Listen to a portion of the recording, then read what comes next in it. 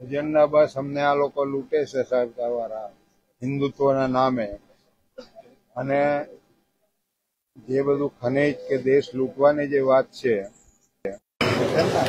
એને કેવી રીતના બચાવવો સમજ આપે એટલા માટેની આપણી એ લોકો જે રીતના અમારી અંદરથી ખરીદીને પૈસા આપીને લાલચ આપીને જે લઈ જાય છે એવા લોકોનો અને જે લોકો કરાવે છે એવા લોકોનો વિશ્વાસ લોકો નહીં કરે, એટલે સમજ આપવા માટેની આ મિટિંગ હતી.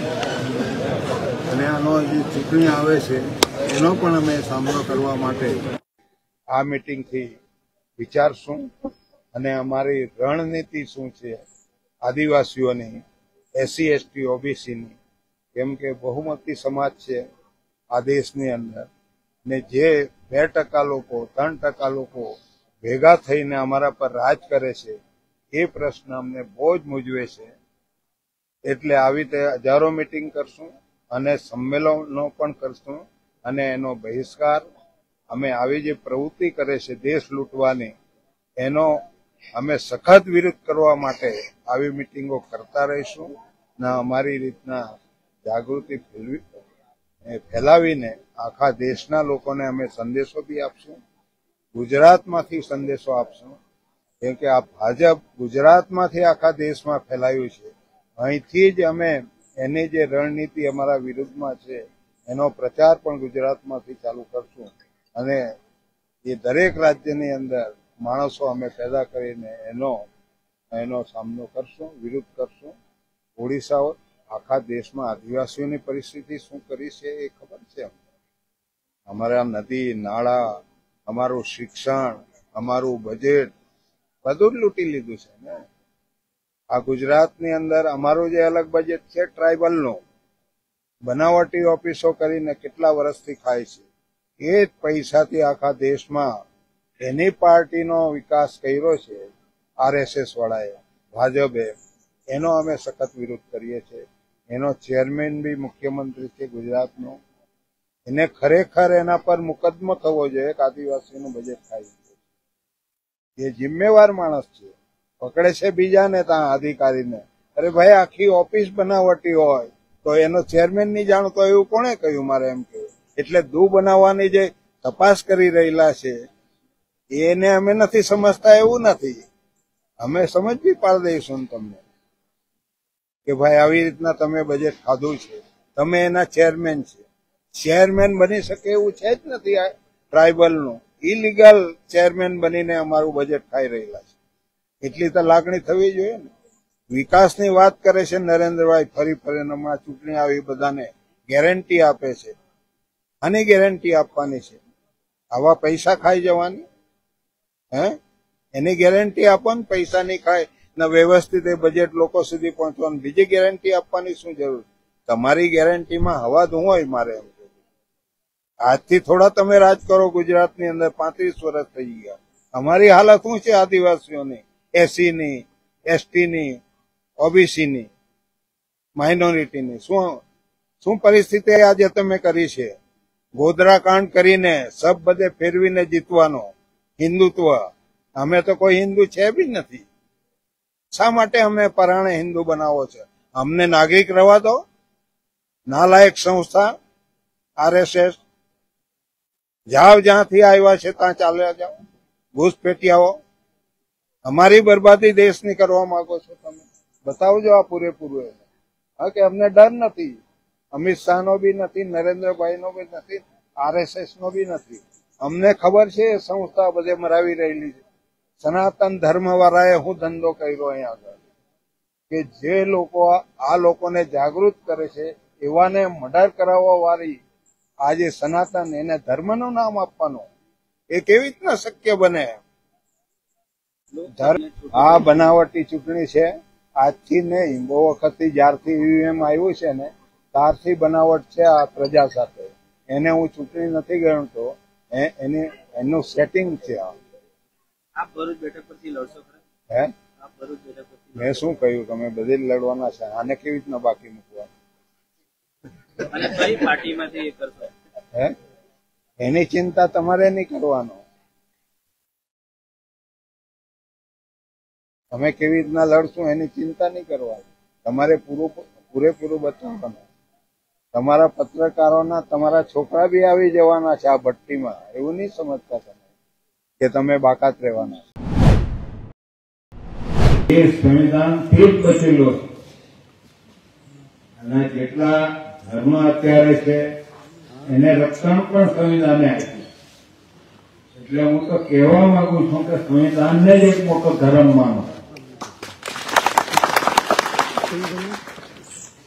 આખી સમસ્યા પતી જશે. જે લોકો સંવિધાન બદલવાની વાત કરે છે, નરેન્દ્રભાઈ મોદી, અરે ભાઈ આ ભાજી મૂળા તમે સમજો છો આ વસ્તીને, તમે એને તોડી નાખવા માંગો.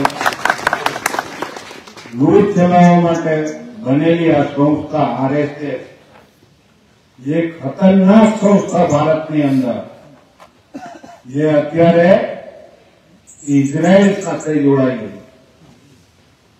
ભારતની અંદર ઇઝરાયલનું રાજ ચાલે છે. વિશ્વની અંદર જે કંપનીઓ ક્યાં કેટલી નાખવી, તેમ આંતરરાષ્ટ્રીય નાણાં ભંડોળના ચેરમેન બી યહૂદી લોકો. આ સંપત્તિ લોકો માટે લોકો પૈસાનું ઇન્વેસ્ટમેન્ટ કરે. એટલે જે સત્તામાં આવે કેન્દ્રની અંદર એને એ લોકો ફંડિંગ કરે. હમણાં સુપ્રીમ કોર્ટે થોડા દિવસ પહેલા પણ બંધ કર્યું. બહુ વખત પહેલા કરવા જોઈએ. આ તો ચૂંટણી આવે ને તમે કાબુ કરો કેવી રીતે? એટલે આ દેશની અંદર બચવાનો કોઈ ચારો નથી. આપણા જ લોકોએ ભેગા થઈને બચાવવી પડશે. કોઈ સુપ્રીમ નથી બચાવવાની, કોઈ કોર્ટો નથી બચાવવાની. બાકી તમે ઓફિસની તો વાત જ છોડી દો. જે ઓફિસો એ લોકો ચલાવે છે એ આપણી બધાની ખબરો સમજી લેવા. 77 વર્ષ થઈ ગયા આઝાદીને. કયા ખૂણામાં આઝાદી છે? 26મી જાન્યુઆરી આવે, 15મી ઓગસ્ટ આવે, ઝંડા લગાવી. અરે ભાઈ, વગર આઝાદીએ તમે ઝંડા કેવી રીતના લગાવો? એને ઘરમાં ખાવાનું નથી, એને શિક્ષણ નથી, એને આરોગ્ય નથી, તો કેવી રીતના માણસ સ્વતંત્ર થયો? એવું કેવી રીતના તમે બતાવ્યું? કેસરી ઝંડા. એટલે હું બધાને કહું છું, તમારા ઝંડા પકડો, આપણો ઝંડો પકડો, નહીં તે સમાપ્ત કરી દેશે. આપણું જે કલ્ચર છે એને સાફ કરી દેશે આ લોકો. એટલે આપણું કલ્ચર રાખી મૂકો, જેથી બીજો કોઈ તમારા માથા પર ટોપી નહીં મૂકી જાય. એ ટોપીમાં એટલું બધું ઝેર છે કે તમે જેવા પહેરશો ને એ તમારું આખું શરીર, તમારા આચાર વિચાર બધા ઝેરીના બને. એટલે સામાન્ય ટોપી નથી.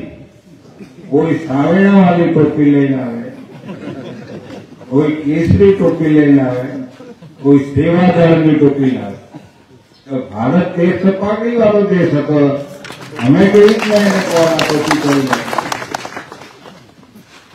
એટલે ખતરનાક લોકો છે. પેલા છોકરાએ કહ્યું થાઈલેન્ડ થી આવેલી આ બધી વસ્તુ. રામને પણ ત્યાંથી લઈ આવ્યા છે. કેમ કે નરેન્દ્રભાઈને એવું લાગી રહ્યું છે કે હવે દેશની અંદર વસ્તી અમારી સાથે નથી. તો લોકોની માન્યતા શું છે? કે રામને માને. એટલે રામમાં માણસ પ્રાણ પૂરે તો તમે માની લેશો ભગવાન છે એવું? એમ બોલતા નથી. બોલો, માણસ પૂરી શકે? હા. આવો જે માણસ આપણને લલ્લુ બનાવે એ ભારતનો વડાપ્રધાન કેવી રીતના હોઈ શકે? મારે એમ કહ્યું,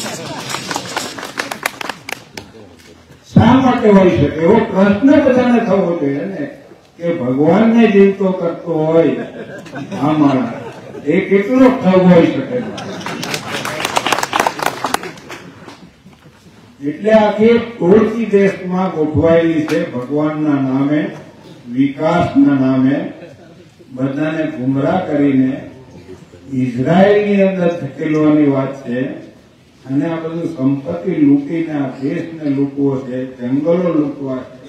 યશદેવ હોય, કોકણ પટ્ટીના જંગલો હોય, કોઈની સાથે સોદો કરી આવે, તમે આવી જાઓ અને આ બધું કરી દો, રિફાઇનરી નાખી દો, દરિયો બગાડી નાખો, આ જે બધી આખી જે જીવ જંતુ છે એને ખતમ કરી નાખો, એવી ફોર્મ્યુલા જે લોકો લઈને આવે એ લોકોને તમે વોટ કેવી રીતના આપી શકશો? મારે એમ કહ્યું, તમારું જીવન બરબાદ કરી દેવા, આ ધરતી તોડી નાખવાના છે એ લોકો.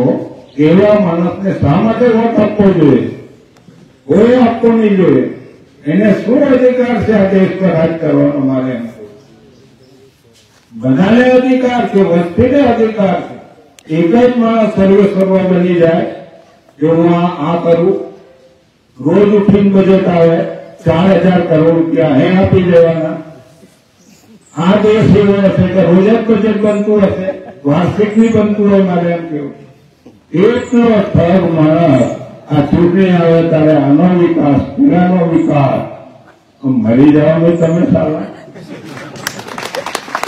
લોકોને શા માટે મારવા દે? આની કોઈ નીતિ નથી. શિક્ષણ नहीं आपो, जो देश अनपढ़ हो सकता है, जिसका बचपन अनपढ़ होता है, उसकी कहानी क्या हो?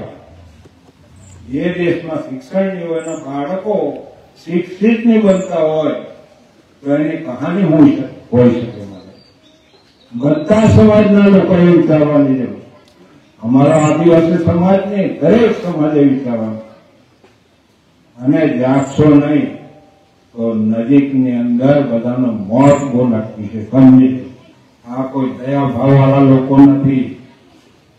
ફાટકી તો સારું ચપ્પુ બતાવે અને ટૂંકા ચપ્પુ વાળા છે, કોઈ બચી નહીં શકે એવી આ વાત છે. ખતરનાક માણસો આવી ગયા છે આ દેશની અંદર. નહીં જાગૃત થશો તો કોઈ માણસ બચી શકવાનો નથી. એનો ઇતિહાસ બહુ ખતરનાક ઇતિહાસ છે. ઇટાલીમાંથી શીખી લાવેલા ડોક્ટર મુજે, એની વિચારસરણી આજે ભારતમાં ચાલે છે. ગુરુ ગોલવાલકર પુસ્તક જે લખ્યું છે બેન્ચ ઓફ થોટ, એમાં બધું લખ્યું છે કે કન્ટ્રી પર કેવી રીતના રાજ કરવું. અત્યારે એ ફોલો કરી રહેલો છે નરેન્દ્ર મોદી. બીજું કઈ છે જ નથી. માણસોને ગરીબ રાખો, એની સ્થિતિ ખરાબ કરજો, એટલે હંમેશા તમે રાજ કરી શકશો. એ જે વાત એને લખી છે એ વાત પર આજે આ સરકાર ચાલે છે. કેવી નથી, જેટલા જે આપણા લોકો ચૂકાઈને જાય છે એના બંધવા મજૂર છે, બંધવા મજૂર. અત્યાર સુધી કોઈ પાર્લામેન્ટમાં, વિધાનસભામાં આ સમાજો માટે બોલ્યા નથી. રિઝર્વેશન જે આપ્યું છે બાબા સાહેબ અને જે 382 લોકો બેઠેલા, એ લોકોએ જે વાત નક્કી કરી છે એ વાતને એ લોકો જરા બી સ્વીકારવા તૈયાર નથી. એવા લોકોને, એવી પાર્ટીને મત આપીને શું કરવાનું? મોત ઓછું છે. એટલે બધાએ વિચાર કરી લેવાની જરૂર છે. નાની સૂની સમસ્યા નથી. આપણી પાસેથી સંગઠન બનાવીને મેં તો એમ કહ્યું કે ભાઈ આ બધી વસ્તીને તમે બહાર કાઢો અને ગામડે ગામડે જઈને ફેલાવો. આપણા જ લોકો લાલચમાં આવીને ત્યાં જતા રહ્યા. મને તો શંકા છે કે કદાચ જે ગયા છે લેવા માટે લાભ, એના પહેલા જો એ લોકોને કઈ નહીં થઈ જાય તો એની ચિંતા આપણને થાય. ગયા આવે છે એવા લોકોને કે આપણે પોતાની સંપત્તિ હતી, ભેગા થઈને બધા સાથે રહીને વાપરવી જોઈએ. એના બદલે આ 16 લોકોએ કબજો કરેલો છે. આપણે જ સંપત્તિમાંથી એ ચોરી કરવા માટે ત્યાં ગયા છે. એમને જરા બી શરમ લાગવી જોઈએ. મારે તો આવી જે પરિસ્થિતિનું નિર્માણ થયું છે એને સમજવા માટે આજે આપણે બધા ભેગા થયા છે અને એનું નિરાકરણ આપણે લાવશું. જે ગાળો થોડું એ લોકોએ પૂછ્યું છે એમાં આ લોકોનો વાંક નથી. જે પરિબળો છે, જે લોકોની નજર છે, દોડો છે આપનો જંગલો પર, નદીઓ પર, આપણી સંપત્તિ પર, આપણા બાળકો પર, આપણી મહિલાઓ પર, એવા લોકોને નાસીપાસ કરવા માટે આપણે બધાએ ભેગા થવું પડશે અને એને કરારો જવાબ આપવો પડશે. એ જાતની પરિસ્થિતિનું નિર્માણ આપણે કરવું પડશે. હું તો તૈયાર જ છું આ ઉંમરે. ભલે મારો જાન જાય પણ આ ધરતી આપણે એ લોકોને આપવી નથી, આ વસ્તી એ લોકોના હવાલે આપણે કરવી નથી.